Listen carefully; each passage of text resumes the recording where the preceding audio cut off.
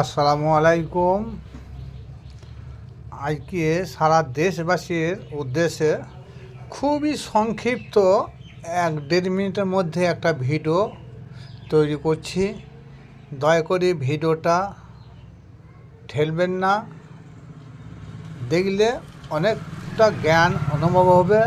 তবে বিশেষ করে বলছি, যিনারা তরিকতের ভাই আছেন তেনারাই অবশ্যই দেখবেন।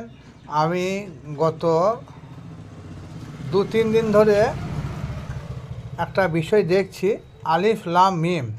তা বড় বড় আলেম, ইসলামী স্কলাররা এবং অন্যান্য পীর সাহেবরা এবং বড় বড় দরবারের ভক্তবৃন্দগণ বিভিন্ন জনা বিভিন্ন রকম কথা বলছে। এতে কী হবে? মানুষ কিন্তু বিভ্রান্তি পড়ে যাবে, ঈমান নষ্ট হয়ে যাবে। তা আসুন, এই আলিফ লাম মিম সংক্ষিপ্ত যতটা পারবো দেখবেন। আশা করি আপনারা কেউ না বলতে পারবেন না। এই আলিফ লাম মিম এইখানেই শেষ হলে হবে না। আলিফ লাম মিমের পর লেখা আছে জালিকাল কিতাব।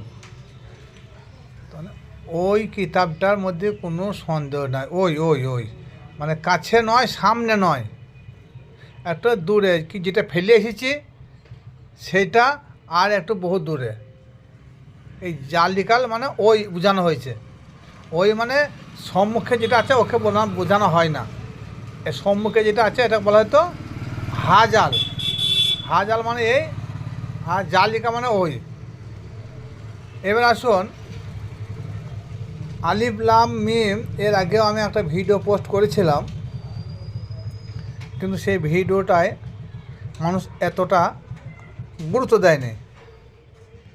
আমি এই ভিডিওটা আজকে করতাম না, তবে বড় বড় নাম করা পীর সাহেবদের শিষ্য এবং পীর সাহেবরা এবং ওলামা ইকরামরা বিভিন্ন জনা বিভিন্ন রকম বলতে চাইছে। আসুন,